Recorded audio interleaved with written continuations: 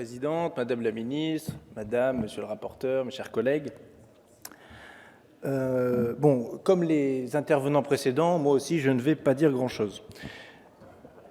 Je vois que cette Agence nationale de cohésion des territoires nous met dans un dispositif de vraiment être dans une posture beaucoup plus servicielle au service de l'innovation. Et cette posture servicielle me semble vraiment essentielle quand on veut gagner en agilité et en souplesse, tout en confortant évidemment la volonté partenariale au plus proche de terrain avec les acteurs locaux que vous connaissez bien, que nous connaissons bien, que sont les élus locaux.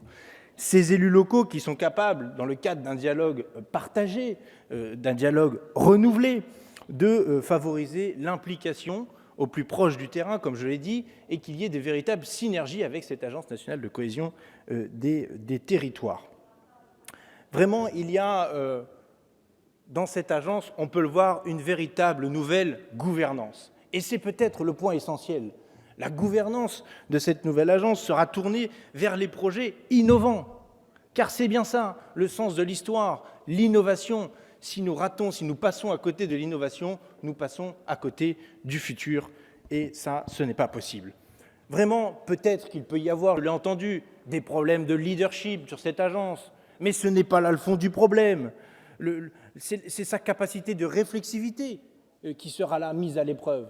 Car au fond, c'est bien ça que nous demanderons à cette Agence nationale de cohésion des territoires. D'être en coproduction, on l'a entendu tout à l'heure, ça a été dit en français par le rapporteur, mais vraiment, il y a un problème avec les logiques top-down. Il va falloir passer à quelque chose de bien plus bottom-up. Car en fait, c'est ça que les citoyens et les citoyennes attendent, que les élus locaux attendent.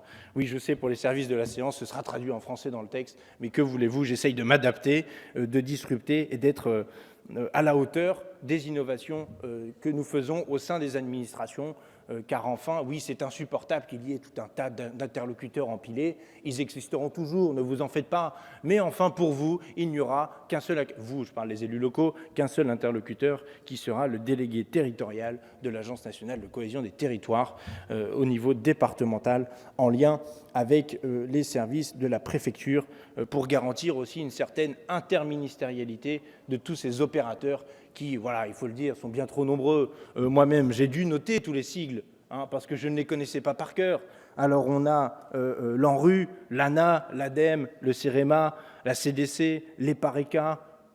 Alors l'Agence du numérique, je ne sais pas s'il y a un sigle, l'AN, ouais, ça fait Assemblée nationale, donc ça ne va pas. Bon, celui-là, il n'y aura pas de sigle. Enfin voilà, si je vous dis les relations compliquées entre l'ANRU, l'ANA, l'ADEME et le CEREMA ne permettent pas au CGET, en lien avec l'ANCT, d'aboutir à des projets innovants, on se rend bien compte que là, il y a une difficulté. Donc d'où ce nécessaire projet de loi qui vient clarifier la situation de qui doit faire quoi et comment. Car c'est bien là l'objectif. Bien au-delà de tous ces amphigouris, Madame la Ministre, je vous vois circonspecte, je comprends bien, j'entends bien, vous m'écoutez, mais vous êtes circonspecte, même moi aussi d'ailleurs, face à ce texte.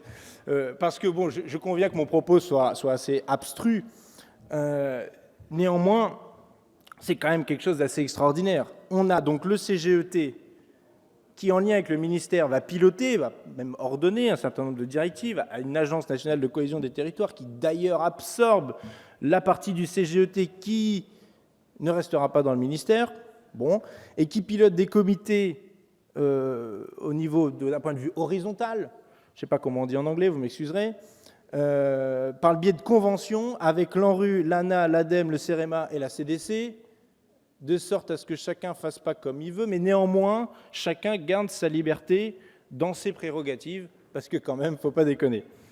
Donc pour terminer mon propos, parce qu'effectivement, comme le dit la rapporteure, le budget, non mais le budget, alors tout le monde dit le budget, les moyens, le budget, les moyens, le budget, mais le budget, on s'en fout.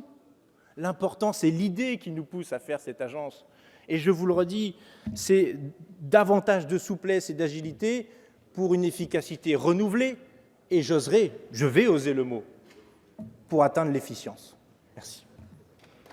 Merci, monsieur le député.